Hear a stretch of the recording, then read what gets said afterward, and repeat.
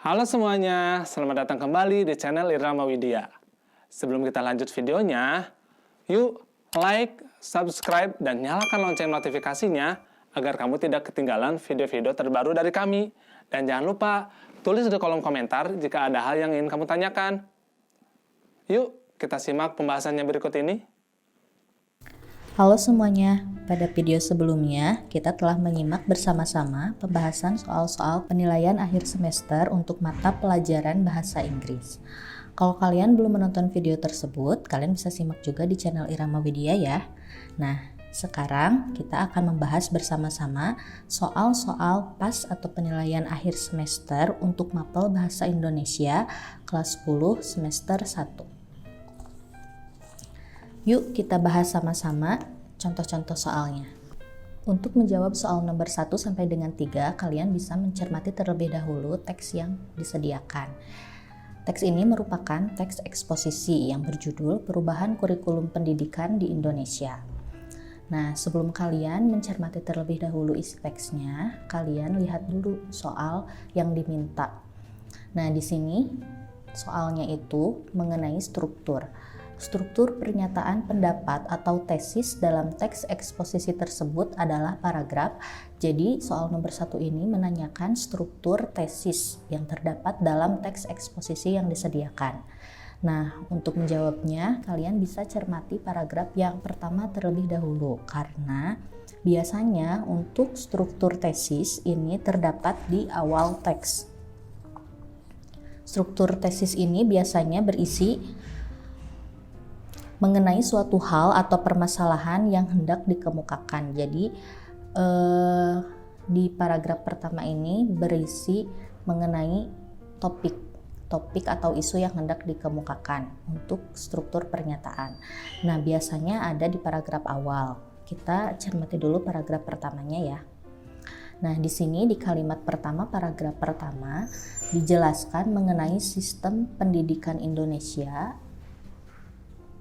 yang mengalami suatu perubahan. Nah, perubahan itu berkaitan dengan perubahan dari kurikulum 2006 menjadi kurikulum 2013. Nah, di sini bisa disimpulkan bahwa paragraf pertama ini menyatakan mengenai perubahan kurikulum yang awalnya kurikulum 2006 menjadi kurikulum 2013. Jadi memang paragraf pertama ini berisi suatu isu atau suatu hal atau suatu permasalahan yang hendak dikemukakan lebih lanjut di paragraf-paragraf berikutnya. Nah, jadi untuk struktur pernyataan pendapat atau tesis dalam teks eksposisi ini terdapat pada paragraf pertama.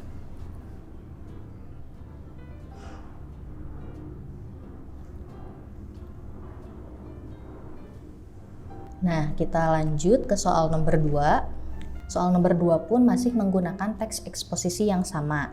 Nah, kalau tadi di soal nomor 1 ditanyakan struktur tesis atau pernyataan pendapat, di soal nomor 2 ini ditanyakan mengenai struktur argumentasi dalam teks eksposisi.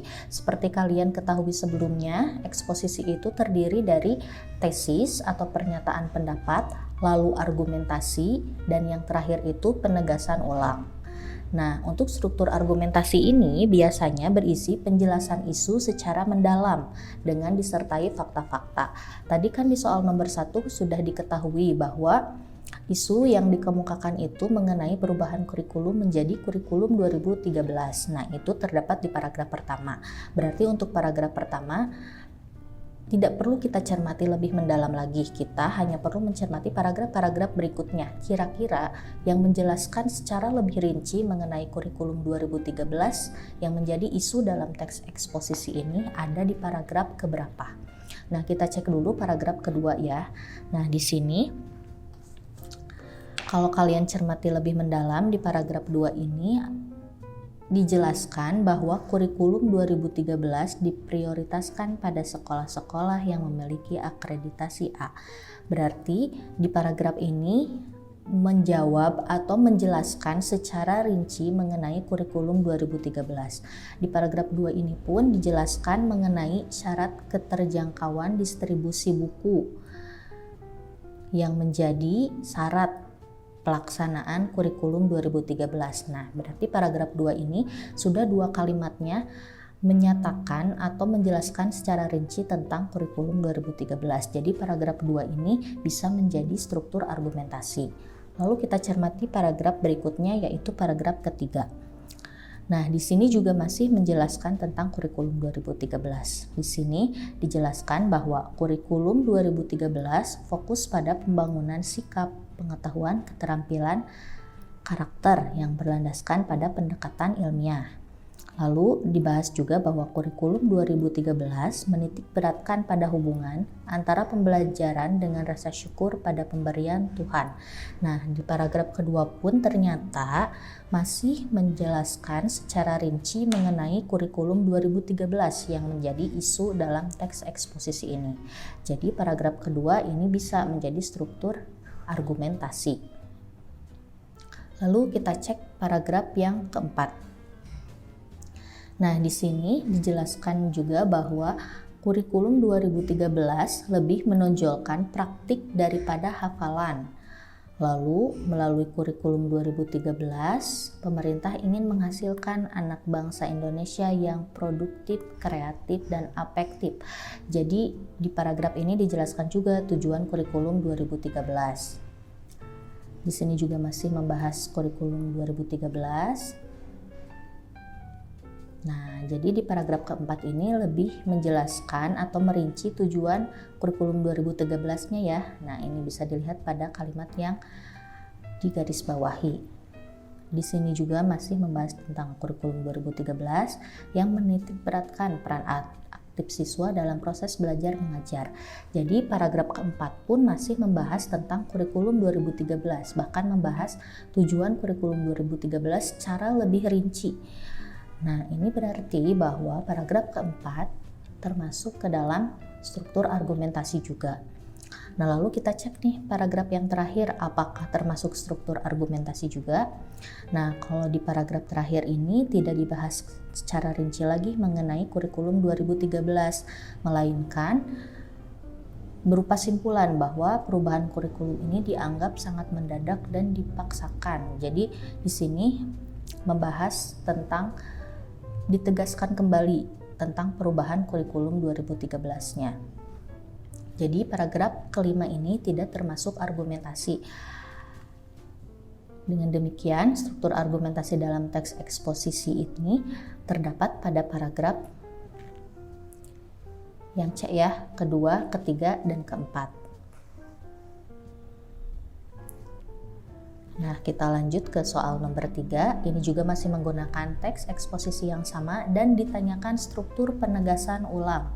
Nah, tadi sisanya itu kan tinggal paragraf kelima ya untuk penegasan ulang itu, karena tadi paragraf satunya sudah tesis. Paragraf ini termasuk tesis. Paragraf kedua argumentasi, paragraf ketiga argumentasi, paragraf keempat pun argumentasi. Nah, untuk penegasan ulang ini biasanya berisi simpulan dan terdapat pada akhir paragraf suatu teks. Nah, bagian ini biasanya menegaskan hal-hal yang disampaikan pada paragraf-paragraf sebelumnya. Jadi memang berupa simpulan untuk struktur penegasan ulang ini dan biasanya terdapat pada bagian akhir suatu teks. Jadi, struktur penegasan ulang dalam teks eksposisi ini terdapat pada paragraf kelima. Nah, kita lanjutkan ke soal nomor 4. Nah, untuk soal nomor 4 ini tidak menggunakan teks seperti pada soal-soal sebelumnya. Jadi di sini menggunakan kutipan kalimat. Nah, kita lihat dulu soal yang ditanyakannya itu mengenai apa. Nah, di sini yang ditanyakannya itu yaitu makna istilah globalisasi pada kutipan kalimat yang disediakan. Nah, untuk mencermati suatu makna, kita bisa menelusurinya secara leksikal dan secara gramatikal. Nah, jika kalian mau mengamati suatu makna secara leksikal, kalian bisa mengamatinya dalam KBBI atau Kamus Istilah yang Berkaitan. Sementara, jika kalian mau mencermati suatu makna secara gramatikal, kalian perlu mencermati penggunaan kata atau istilah tersebut pada konteks kalimatnya. Nah, sekarang kita cek dulu istilah globalisasi secara leksikal atau menurut KBBI. Nah, jika merujuk kepada KBBI, istilah globalisasi ini yaitu yang ini, proses masuknya ke ruang lingkup dunia. Jadi globalisasi ini memiliki makna dalam KBBI yaitu proses masuknya ke ruang lingkup dunia. Nah, sekarang kita cermati secara gramatikalnya. Apakah cocok globalisasi ini di kalimat yang disediakan? Nah, di sini di kalimatnya adanya globalisasi di bidang ekonomi membuat perekonomian dunia seakan tanpa tabir yang memisahkan antar negara bahkan benua sekalipun. Nah, ini jika memang makna istilah globalisasi itu proses masuknya ke ruang lingkup dunia, ini sudah sesuai konteks kalimatnya. Jadi baik secara leksikal maupun secara gramatikal, globalisasi itu dapat dimaknai sebagai proses masuknya ke ruang lingkup dunia. Jadi masih padu jika kalian menggunakan globalisasi dengan makna yang B ini ke dalam kalimat yang disediakan. Seperti itu. Jadi untuk mengetahui makna, kalian telusuri secara leksikal melalui KBBI dan secara gramatikal sesuai dengan konteks kalimatnya. Soal yang berikutnya adalah soal nomor 5. Nah, di sini soalnya itu mengenai penyusunan teks eksposisi. Nah, ini ya soalnya. Nah, ini soalnya opsinya ada A, B, C, D, dan E yang berbentuk paragraf teks eksposisi. Nah, di sini yang diminta itu teks eksposisi yang sesuai dengan ilustrasi. Nah, di sini ada 3 pokok informasi.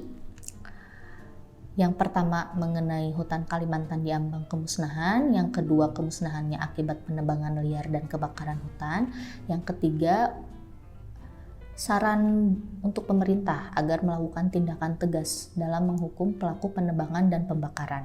Nah, kita lihat di opsi A dulu ya, apakah pokok-pokok informasi yang diminta pada ilustrasi di atas itu sudah terdapat pada kutipan teks eksposisi di opsi ini atau belum. Nah, kita lihat ini di paragraf pertamanya membahas hutan Kalimantan merupakan salah satu hutan yang sangat penting di dunia karena merupakan salah satu paru-paru dunia.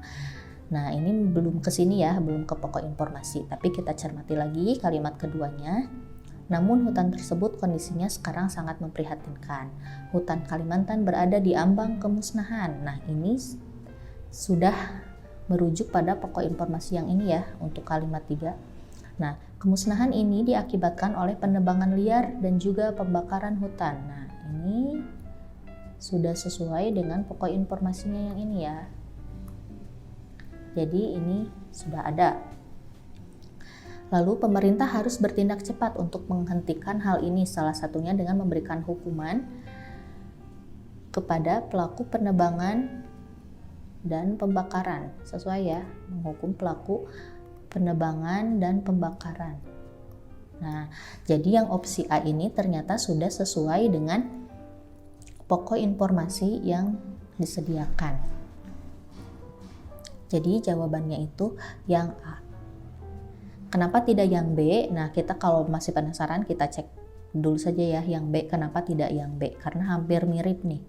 Nah, kenapa tidak yang B? Nah, ini karena di kalimat terakhirnya yaitu saat ini pemerintah tampaknya masih mengabaikan keadaan ini. Nah, ini tidak berisi saran yang diminta oleh ilustrasi yang ini. Jadi yang opsi B ini tidak bisa kita pilih meskipun pokok informasi yang lainnya sudah terdapat ya, yaitu yang ini ada di ambang kemusnahan, lalu diakibatkan pembakaran hutan dan penebangan liar. Nah, ini sudah sesuai, tapi yang berikutnya tidak sesuai dengan pokok informasi yang diminta, jadi tidak bisa kita pilih. Begitu pula dengan opsi C, D, dan E, jadi tidak sesuai dengan pokok informasi. Dengan demikian yang tepatnya adalah yang A. Kita lanjut ke soal nomor 6. Nah, di sini mengenai penyusunan teks anekdot. Nah, perlu kalian ketahui, teks anekdot ini adalah teks yang berisi mengenai humor, tetapi di dalamnya juga terdapat kritik.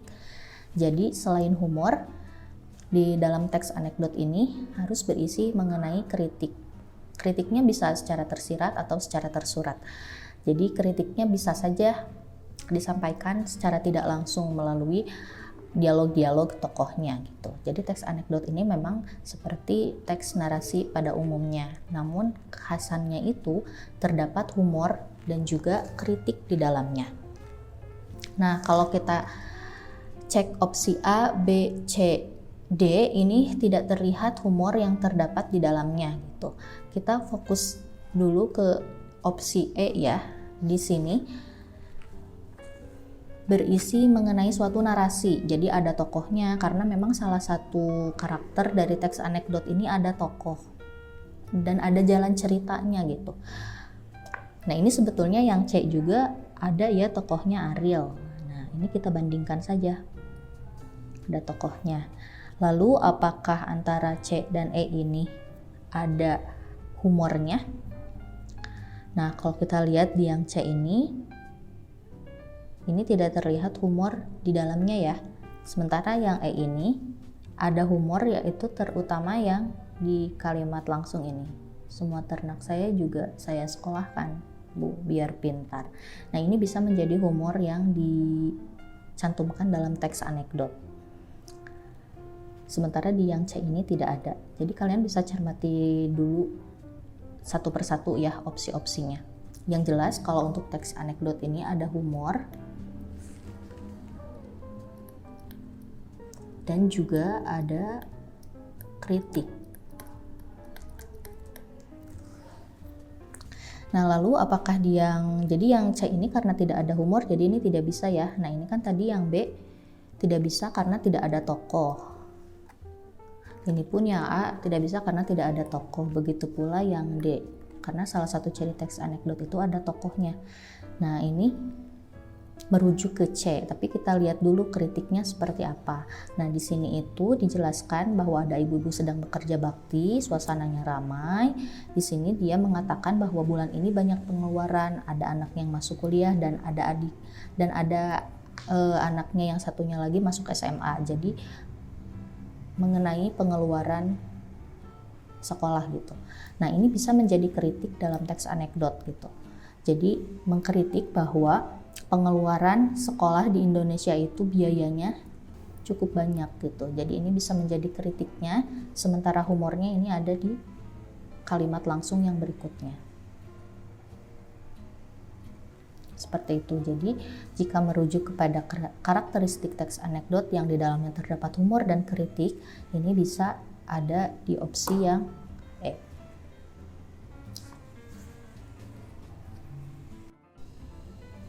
Lanjut ke soal nomor berikutnya, yaitu soal nomor 7.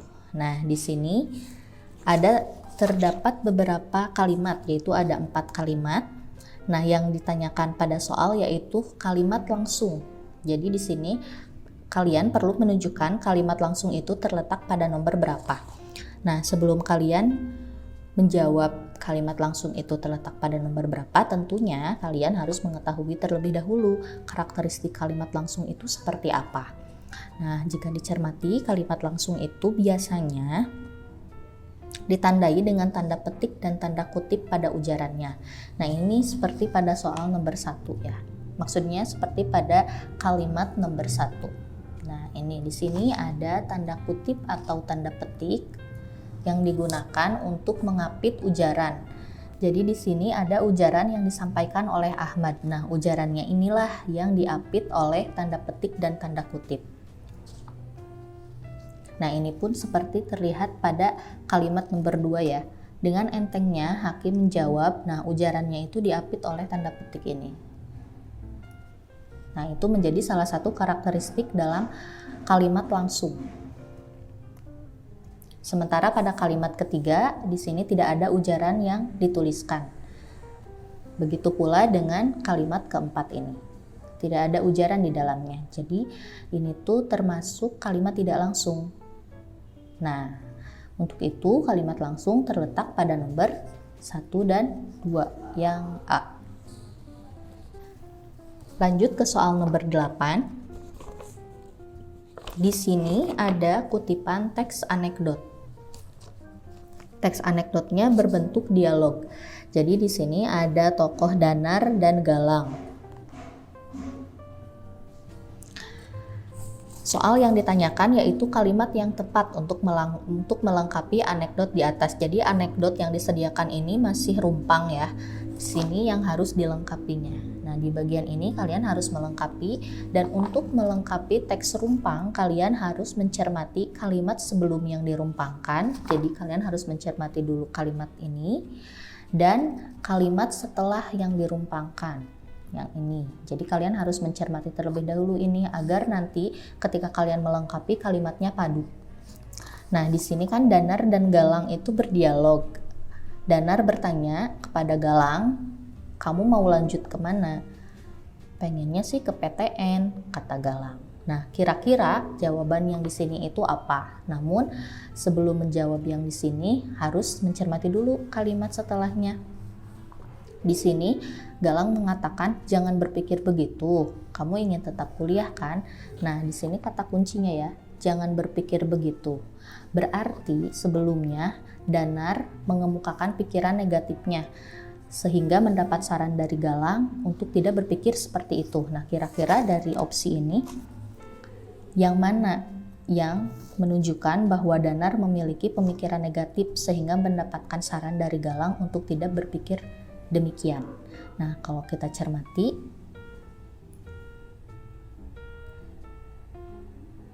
yang negatif itu yang yang ini ya. Aku juga udah ikut SBMPTN tapi tidak yakin bakal lolos. Nah, ini kan pikiran negatif yang disampaikan oleh Danar sehingga Galang memiliki saran jangan berpikir begitu, katanya. Kamu ingin tetap kuliah kan? Nah, dengan demikian kalimat untuk melengkapi teks anekdot di atas itu yang tepat adalah yang E. Jadi yang lebih padu itu dibandingkan opsi A, B, C, D, yang lebih padu itu adalah opsi yang E. Jadi kesimpulannya kalian harus mencermati kalimat sebelum yang dirumpangkan dan kalimat yang setelah dirumpangkannya agar nanti kalian melengkapinya menjadi teks yang padu. Seperti itu. Kita lanjut ke soal nomor 9. Nah, di sini ditanyakan kalimat yang tidak menggunakan konjungsi sebab akibat. Nah, konjungsi sebab akibat ini yaitu konjungsi atau kata hubung yang memperlihatkan hubungan sebab akibat di kalimatnya. Jadi untuk mencermatinya kalian tinggal lihat apakah kalimat tersebut menunjukkan hubungan sebab akibat atau tidak. Nah, salah satu kata kunci penggunaan konjungsi sebab akibat ini adalah adanya penggunaan kata akibat seperti ini, lalu sehingga, oleh karena itu, maka, karena, sebab. Nah, itu adalah konjungsi-konjungsi yang menunjukkan konjungsi sebab akibat. Nah, di sini kan kalimat yang tidak menggunakan konjungsi tersebut. Nah, ini yang B. Yang B ini tidak menggunakan konjungsi sebab akibat. Jadi jawaban yang tidak menggunakan itu adalah yang B. Karena opsi-opsi yang lainnya menggunakan konjungsi sebab akibat. Yang saya garis bawahi ini ya, yaitu akibat, maka, sehingga, oleh karena itu adalah contoh-contoh konjungsi sebab akibat. Jadi kalian hanya perlu mencermati konjungsinya yang digunakan dalam kalimat tersebut. Dan kalau ingin mencermati lebih dalam, kalian cermati apakah memang kalimat tersebut menunjukkan hubungan sebab akibat atau tidak. Lanjut ke soal nomor 10. Nah, soal nomor 10 ini menanyakan mengenai anonim dalam teks hikayat. Nah, anonim ini adalah salah satu karakteristik teks hikayat. Di sini ditanyakan maksudnya itu apa sih anonim? Nah, jika merujuk kepada makna dalam KBBI, anonim ini memiliki arti tanpa nama. Jadi, anonim itu memiliki arti tanpa nama. Nah, jika dikaitkan dengan teks hikayat itu memiliki maksud bahwa teks hikayat itu tidak mencantumkan pencerita atau pengarangnya. Nah, kalau kalian mencermati suatu cerpen, biasanya itu suka ada nama pengarangnya atau nama penulis cerpen tersebut. Begitu pula dengan novel, ada Andrea Hirata, ada Tereli yang memang menjadi pengarang novel tersebut. Nah, jika hikayat itu biasanya tidak mencantumkan nama-nama dalam karyanya sehingga menjadi anonim gitu, menjadi tanpa nama. Jadi maksud anonim dalam teks hikayat itu tidak diketahui secara jelas nama pencerita atau pengarangnya. Seperti itu, karena kalau opsi-opsi yang lain tidak sesuai ya. Kita lanjut ke soal nomor 11. Nah, di sini kalau kita lihat soalnya, penulisan kalimat tersebut yang sesuai dengan ejaan yang tepat adalah, nah di sini yang disoroti itu adalah penggunaan ejaan. Kalau ejaan itu berkaitan dengan tanda baca, huruf kapital, dan juga penulisan kata depan gitu. Nah, kalau kita lihat di sini ada penggunaan tanda koma yang tidak sesuai. Nah, ini penggunaan tanda koma di sini tidak sesuai. Kita coret saja karena tidak menunjukkan perincian dan juga bukan pemisah anak kalimat dalam suatu kalimat. Jadi kalau ada kalimat majemuk bertingkat, terutama kalau anak kalimatnya ada di depan, itu perlu menggunakan tanda koma. Tetapi karena ini jenis kalimatnya kalimat majemuk setara yang ditandai dengan kata dan, jadi tidak perlu tanda koma. Dan tanda koma itu digunakan pula untuk perincian. Nah, dalam kalimat ini kan tidak ada perincian, jadi tidak perlu menggunakan tanda koma. Tetapi dalam kalimat ini terdapat keterangan atau fungsi keterangan. Nah, fungsi itu kan ada subjek, predikat, objek, keterangan.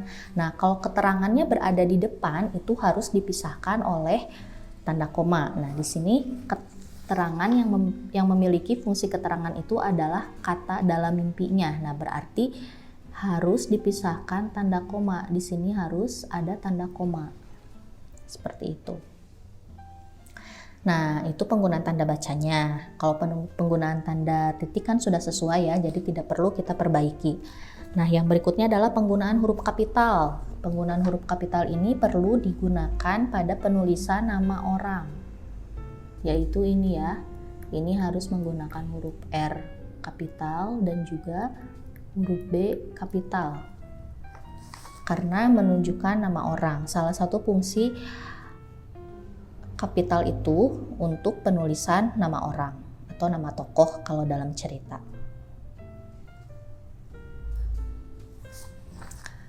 Nah, lalu yang berikutnya itu penggunaan kata depan. Kata depan itu seperti ke, daripada, di. Nah, kalau kata depan itu perlu dipisah dengan kata yang mengikutinya. Nah, di sini ada penggunaan kata depan yang tidak sesuai pada kata ke arah. Di sini kata depannya disatukan dengan kata yang mengikutinya sehingga harus diperbaiki atau dipisah menjadi ke arah. Jadi dipisah menggunakan spasi. Nah, jika sudah diperbaiki seperti ini, kita tinggal lihat dalam opsinya yang mana. Nah, ini yang lebih sesuai adalah yang B. Jadi ada tanda koma, lalu ada penggunaan huruf kapital, dan kata depannya dipisah. Nah, berikutnya soal nomor 12. Nah, soal nomor 12 ini masih tentang hikayat. Jadi di sini ditanyakan kemustahilan dalam kutipan teks tersebut. Nah, kemustahilan ini adalah salah satu karakteristik hikayat juga. Jadi memang hikayat itu biasanya tidak sesuai dengan realitas yang kita temukan pada kehidupan sehari-hari. Jadi di dalamnya itu ada kemustahilan, ada tokoh-tokoh yang sakti. Nah, kita lihat kalau dalam kutipan ini kira-kira kemustahilannya apa. Jadi kemustahilan itu sesuatu yang tidak bisa kita temukan di kehidupan yang nyata gitu. Tidak sesuai dengan realitas kehidupan yang nyata. Nah, ini kalau kita lihat, kita cek pada opsinya. Kalian bisa cermati dulu kutipannya. Di sini kutipannya itu tentang adanya sebuah gendang yang ditoreh, lalu di gendang itu keluar Putri Ratnasari yang kemudian ditaruh dengan suatu cembul. Nah, itu dalam kutipan itu kita bisa cek kemustahilan atau sesuatu yang realitas yang tidak bisa kita temukan dalam kehidupan saat ini atau kehidupan nyata itu apa. Nah, ini kita lihat dari opsi-opsinya ya. Ini misalnya yang C, seorang putri lahir dari seorang ibu. Nah, kalau ini kan bisa kita temukan dalam realitas kehidupan kita ya. Jadi ini tidak perlu kita lihat lagi. Lalu seorang putri keluar dari istana. Nah, di sini juga masih bisa kita temukan dalam kehidupan nyata, karena masih ada beberapa negara yang menganut sistem kerajaan yang memiliki istana, memiliki putri seperti di Inggris ya. Jadi ini masih bisa kita temukan dalam realitas kehidupan, jadi bukan suatu kemustahilan. Nah, di sini ada A, B, dan E. Nah, di sini ada seorang putri keluar dari gendang, ada bayi lahir disertai pedang dan panah, dan juga putri yang keluar dari tembikar. Ini juga menunjukkan sesuatu yang tidak bisa kita temukan dalam kehidupan nyata, tetapi apakah sesuai dengan kutipan teks yang disediakan atau tidak. Nah, jika melihat opsi A, B, dan E ini, yang paling sesuai dengan kutipan teks itu adalah yang A. Seorang putri keluar dari gendang. Nah, putrinya siapa? Putri Ratnasari. Ini bisa kita lihat pada kalimat ini.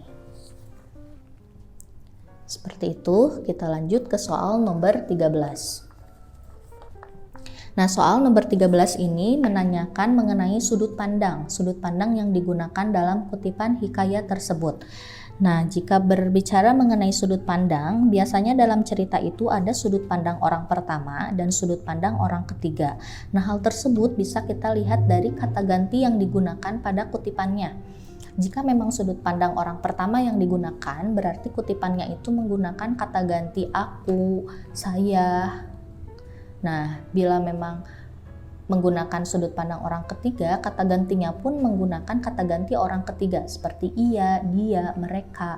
Nah, kita lihat kutipannya. Di sini, adapun akan si miskin itu apabila malam, ia pun tidurlah di dalam. Nah, di kalimat kedua pun bisa kita lihat ada penggunaan kata ganti orang ketiga, yaitu ia, dan ada kata ganti kepemilikan orang ketiga, yaitu nya. Nah, bila melihat kata ganti yang digunakan pada kutipan ini, bisa disimpulkan bahwa sudut pandang yang digunakan dalam kutipan hikayat tersebut adalah sudut pandang orang ketiga, yaitu yang A. Kita lanjut ke soal nomor 14. Nah, kalau tadi ditanyakan sudut pandang, sekarang yang ditanyakan adalah alur yang terdapat dalam kutipan hikayat tersebut. Nah, alur dalam sebuah cerita itu dapat berbentuk alur maju atau alur mundur yang dikenal juga dengan flashback kalau alur mundur. Nah, untuk mengidentifikasi jenis alur tersebut, kita dapat melihat gaya penceritaannya dalam cerita tersebut. Pada hikayat ini, jalan penceritaannya itu linear dan kronologis ya, bisa kita lihat dari penggunaan kata-kata syah dan maka. Ini jika diamati lebih mendalam, ini menunjukkan kronologis peristiwa gitu. Jadi berurutan, tidak flashback, tidak menceritakan hal yang lalu. Dengan demikian, alur yang terdapat dalam kutipan hikayat tersebut yaitu alur maju. Karena memang tidak menceritakan hal-hal atau cerita-cerita di masa lalu gitu. Lanjut ke soal nomor 15. Nah, di sini ditanyakan perbedaan antara cerpen dan hikayat. Nah, cerpen dan hikayat itu berbentuk prosa dua-duanya, tetapi memang di keduanya itu memiliki perbedaan. Sama-sama termasuk jenis prosa, namun keduanya dapat dibedakan dalam beberapa hal. Salah satunya itu adalah penokohan. Nah, biasanya penokohan dalam cerpen itu umumnya realistis atau sesuai dengan kehidupan nyata. Jadi kalau cerpen itu penokohannya realistis ya, seperti tokoh-tokoh yang sering kita temukan dalam kehidupan sehari-hari gitu. Sementara kalau untuk hikayat itu biasanya penokohannya itu memiliki kesaktian, tokoh-tokohnya itu kesaktian, lalu memiliki keunikan. Lalu tokoh-tokoh istana sentris itu jadi seperti tokoh-tokoh yang ada di kerajaan. Nah, itu untuk penokohan dalam hikayat. Jadi perbedaan antara cerpen dan hikayat itu bisa dilihat juga pada penokohan. Nah, ini kita lihat di opsi A ya. Cerpen mengandung alur sedangkan hikayat tidak. Nah, keduanya sama-sama memiliki alur. Jadi yang ini kita coret saja. Lalu dalam cerpen ada tokohnya, sedangkan dalam hikayat tidak ada tokoh. Keduanya memiliki tokoh. Hanya perbedaannya tadi, kalau tokoh pada cerpen itu realistis, kalau tokoh dalam hikayat itu biasanya memiliki kesaktian, keunikan gitu. Nah, yang C, tidak adanya sudut pandang dalam cerpen dan hikayat. Keduanya memiliki sudut pandang, karena itu merupakan unsur pembangun prosa. Yang D, dalam cerpen ada dialog, sedangkan dalam hikayat tidak. Keduanya terdapat dialog dan narasi, karena prosa itu salah satu karakteristiknya memiliki dialog dan memiliki narasi. Nah, yang E, dalam cerpen tidak ada kesaktian tokoh, sedangkan dalam hikayat ada. Nah, ini sesuai dengan tadi yang penokohan ya. Kalau penokohan dalam cerpen itu realistis, kalau penokohan dalam hikayat itu ada kesaktian tokoh. Jadi, jawaban yang tepat adalah yang E. Berlanjut ke soal nomor 16. Nah, di sini mengenai penulisan huruf kapital terdapat pada kalimat. Nah, kita cek saja satu-satu apakah setiap opsinya sudah menggunakan huruf kapital dengan tepat. Nah, kalau kita lihat yang A, ini ada penggunaan huruf kapital yang tidak tepat, yaitu pada kata di kota. Nah, ini kan diikuti nama diri ya, yaitu Tulung Agung. Jadi, kotanya harusnya kapital gitu, tidak huruf kecil. Berarti opsi yang ini tidak bisa kita pilih. Lalu yang B, mayoritas penduduk di sini merupakan suku Sunda. Nah, untuk penggunaan kata suku ini tidak perlu menggunakan huruf kapital. Jadi huruf kecil saja, tidak perlu menggunakan huruf kapital. Jadi di sini letak kesalahannya, sehingga kita coret. Lalu yang C, dia mengoleksi batik Cirebon dan batik Pekalongan. Nah, di sini huruf kapitalnya itu terdapat pada kata dia, Cirebon, dan Pekalongan. Kalau kata dia karena merupakan awal kalimat jadi sudah tepat. Nah, yang Cirebon dan Pekalongan ini kan menunjukkan jenis suatu benda, yaitu batik. Nah, kalau memang jenis bendanya itu memang berasal dari daerah itu, berarti kalau memang batik Cirebon ini berasal dari Cirebon, berarti Cirebonnya menggunakan huruf kapital. Tetapi kalau misalnya jenisnya itu tidak berasal dari tempat itu, tidak perlu. Seperti misalnya kunci Inggris. Kunci Inggris. Nah, kunci Inggris ini Inggrisnya tidak perlu menggunakan huruf kapital karena memang kunci itu bukan berasal dari Inggris sebetulnya, tetapi hanya penamaan jenisnya saja. Jadi kata Inggrisnya tidak perlu kapital. Nah, sementara pada opsi C ini yang batik Cirebon dan batik Pekalongan ini memang menunjukkan asal batik tersebut. Asal batik tersebut yang menjadi salah satu jenisnya. Jadi penggunaan kata atau penggunaan huruf kapital pada kata Cirebon dan Pekalongan ini sudah tepat. Nah, kita cek yang opsi D. Kita harus menghormati bapak dan ibu kita. Nah, ini bapak dan ibu ini tidak perlu menggunakan huruf kapital karena dia tidak berperan sebagai kata sapaan. Kecuali kalau memang bapak dan ibunya itu berperan sebagai kata sapaan, itu perlu menggunakan huruf kapital. Jadi ini tidak tepat. Yang E, beliau diangkat menjadi gubernur Jawa Barat. Nah, ini gubernurnya perlu menggunakan huruf kapital karena sudah memperlihatkan suatu jabatan yang merujuk ya, gubernur Jawa Barat gitu. Kalau hanya gubernur saja, tidak ada iming-iming yang lain, tidak ada kata lain yang mengikutinya, cukup menggunakan huruf kecil. Tetapi karena diikuti nama diri, bisa nama atau daerahnya, nah harus menggunakan huruf kapital. Jadi jika melihat dari sini, jawaban yang tepat adalah yang C.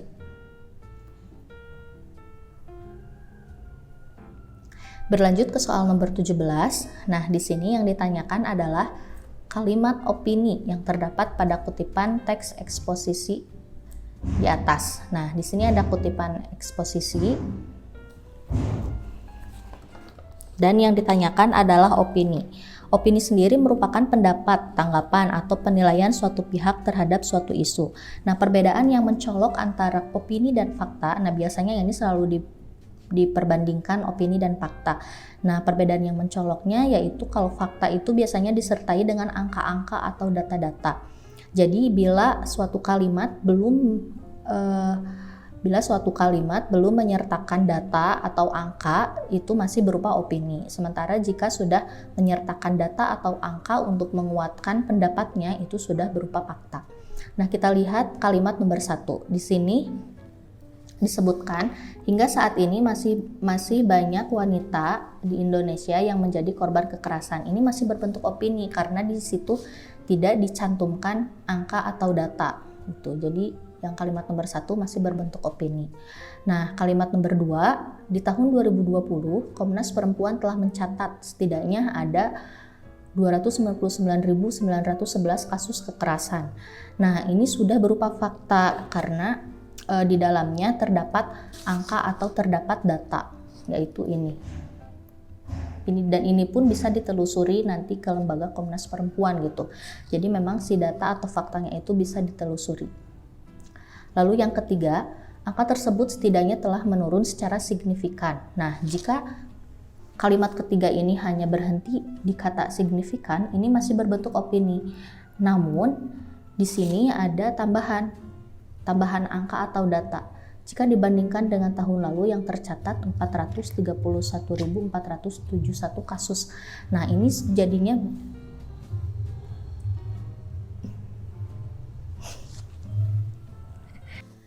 karena adanya angka atau data ini, si kalimat ketiga tersebut tidak lagi opini, tetapi sudah berubah menjadi fakta. Nah, kita lihat yang kalimat nomor 4. Walaupun jumlahnya menurun, jumlah kasus kekerasan pada perempuan di tahun 2020 masih terbilang memprihatinkan. Nah, ini berbentuk opini karena tidak ada tambahan data lagi. Dengan demikian, kalimat opini yang terdapat pada kutipan teks di atas yaitu kalimat nomor 1 dan 4 yang terdapat pada opsi D.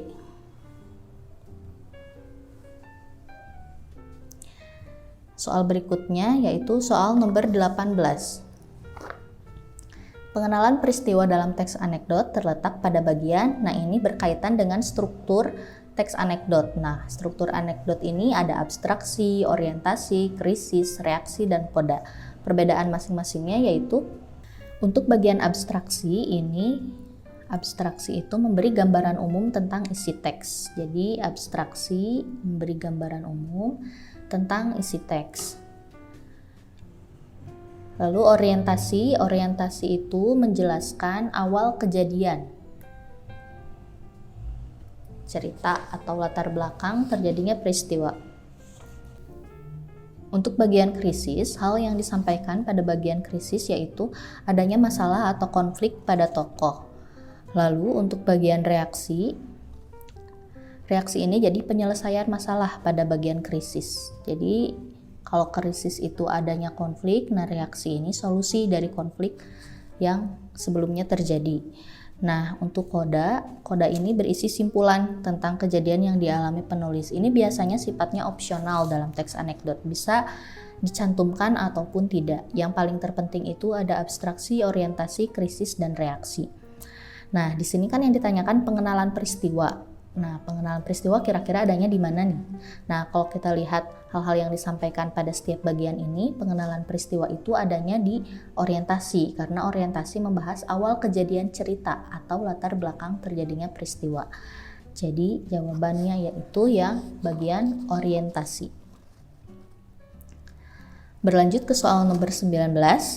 Nah, berikut ini yang bukan ciri kalimat langsung yaitu tadi seperti yang sudah dijelaskan pada soal sebelumnya, salah satu ciri kalimat langsung itu yaitu diawali dan diakhiri dengan tanda petik. Jadi ya kalau yang ini sudah tepat ya ciri kalimat langsung. Nah, ini bisa kalian lihat juga pada contoh kalimat langsung yang ini. Jadi ada tanda petik yang digunakan. Lalu huruf awal setelah tanda petik ditulis dengan huruf kapital. Nah, ini ya menggunakan huruf kapital jadi tepat. Antara pembicara dan apa yang dikatakannya dipisahkan dengan tanda titik 2. Nah, kalau ini biasanya ada pada naskah drama. Jadi kalimat langsung yang ada pada naskah drama itu biasanya antara nama tokoh dan juga ujarannya itu dipisahkan oleh tanda titik 2. Jadi ini bisa menjadi salah satu kalimat langsung. Bagian kutipan berbentuk kalimat berita. Nah, kalau kalian lihat di contoh yang kedua, ini kutipan kalimatnya, kutipan itu yang ada tanda petik awal dan tanda petik akhir ya. ini tidak berbentuk kalimat berita, melainkan kalimat tanya. Karena memang untuk kutipan dalam kalimat langsung itu bisa berupa kalimat tanya, bisa berupa kalimat berita, dan bisa berupa kalimat perintah, tidak hanya kalimat berita saja. Jadi yang tidak termasuk ciri kalimat langsung yaitu yang D, bagian kutipan berbentuk kalimat berita, karena bisa macam-macam jenis kalimat yang dikutipnya. Soal nomor 20. Penulisan kata yang tidak tepat dalam kalimat tersebut yaitu, nah kita lihat di opsinya. Nah ini penulisan kata setelah itu sudah tepat ya, menggunakan huruf kapital di awal kalimat. Lalu penulisan kata umurnya juga sudah tepat. Nah ini yang C ini penggunaan kata di-nya dipisah. Tapi apakah di sini berfungsi sebagai kata depan, karena ada pula di yang berfungsi sebagai kata imbuhan. Nah jika kita cermati, ternyata di pada kata diserahkan ini itu tidak berfungsi sebagai kata depan, melainkan kata imbuhan, sehingga penulisannya itu seharusnya disatukan kalau di-nya itu berfungsi sebagai kata imbuhan. Jadi penulisan kata yang tidak tepatnya itu pada opsi C, seharusnya penulisannya disatukan seperti ini. Jadi tidak perlu dipisahkan oleh spasi, karena pada kata ini tidak berfungsi sebagai kata depan melainkan imbuhan, yaitu imbuhan di-kan. Nah selanjutnya kita berlanjut ke soal uraian. Tadi kita sudah menjawab soal-soal pilihan ganda, sekarang kita akan menjawab soal uraian. Nah untuk soal uraian ini terdapat teksnya ini digunakan untuk menjawab soal nomor 21 sampai dengan 23. Nah kita lihat dulu soalnya. Di sini ditanyakan informasi yang dilaporkan dalam kutipan tersebut. Jadi kalian perlu mencermati pokok-pokok informasi yang terdapat pada kutipan teksnya. Nah, jika kalian cermati paragraf ke-1, di paragraf ke-1 ini membahas tentang kehijauan alam. Nah, di sini dibahas tentang kehijauan alam, definisinya. Nah, sementara di kalimat berikutnya ini membahas tentang ciri-cirinya. Jadi ada tanaman-tanaman yang menambah produksi oksigen katanya, sehingga tercipta udara yang bersih dan segar. Jadi ini mengenai kehijauan alam untuk paragraf yang pertama.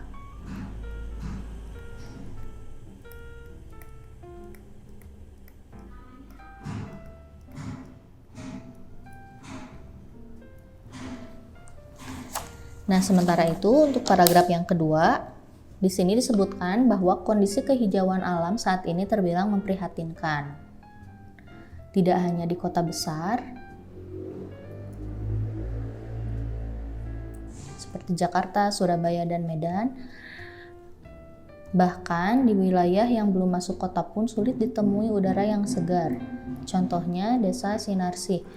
Nah, di sini ditunjukkan bahwa kondisi kehijauan alamnya itu sudah memprihatinkan, tidak hanya di kota besar, tetapi di desa pun udara yang segar itu atau kondisi kehijauan alam itu sudah menipis gitu. Nah, di sini ditandai dengan desa yang dulu dikenal keasriannya berubah menjadi daerah panas yang tak lagi hijau karena adanya kompleks perumahan, sehingga pohon rindang berkurang dan sawah pun perlahan menghilang.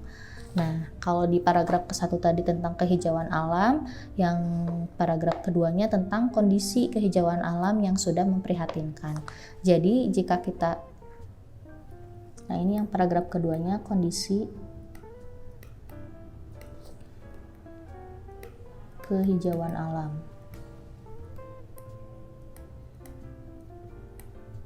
Memprihatinkan.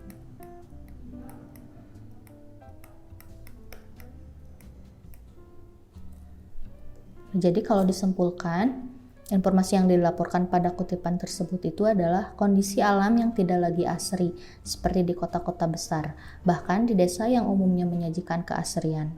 Hal tersebut terjadi di desa Sinarasih, yang tidak lagi asri karena adanya alih fungsi lahan. Seperti itu, jadi menginformasikan mengenai kondisi alam yang tidak lagi asri itu terlihat pada paragraf kedua.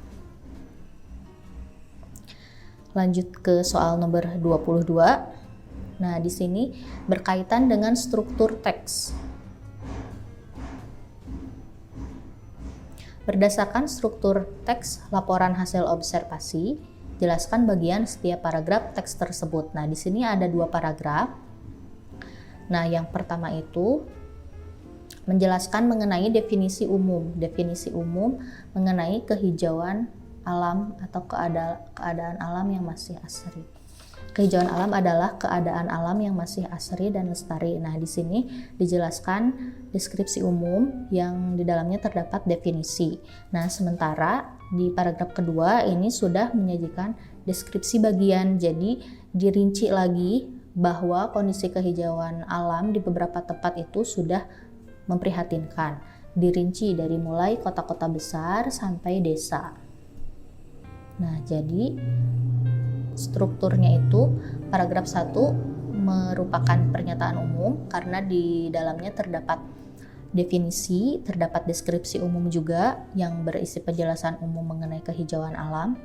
Nah, sementara yang paragraf kedua itu sudah termasuk deskripsi bagian karena menggambarkan keadaan objek yang diamati secara terperinci. Soal nomor 23, ini masih menggunakan teks yang sama. Nah, di sini sebutkan penulisan huruf kapital yang tidak sesuai pada kutipan teks tersebut. Nah, di sini penggunaan huruf kapital yang tidak sesuai itu yaitu pada penulisan nama kota ya, Jakarta, Surabaya, Medan, dan penulisan desa. Nah, sementara itu huruf kapital itu seharusnya digunakan untuk penulisan nama kota yang menyatakan nama diri. Jadi seharusnya memang menggunakan huruf kapital untuk kata Jakarta, Surabaya, Medan. Begitu pula dengan penulisan kata desa. Penulisan kata desa harus menggunakan huruf kapital karena diikuti nama diri yaitu Sinar Asih. Di sini kan diikuti nama diri ya, Sinar Asih. Jadi seharusnya menggunakan huruf kapital. Kecuali kalau memang nama dirinya tidak disertakan. Jadi tidak perlu menggunakan huruf kapital seperti yang ini. Ini tidak perlu menggunakan huruf kapital karena tidak disertakan nama diri, tidak diikuti nama diri. Sementara yang ini harus menggunakan huruf kapital karena ada atau diikuti nama diri gitu, Sinar Asih. Nah, soal yang berikutnya, soal nomor 24. Di sini ditanyakan alasan kalimat nomor 2 dikategorikan bagian orientasi teks anekdot. Nah, di sini kenapa kalimat nomor 2 itu dapat dikategorikan bagian orientasi? Nah, seperti yang kita sudah bahas tadi kan, bagian orientasi dalam teks anekdot itu berisi awal kejadian atau latar belakang suatu peristiwa.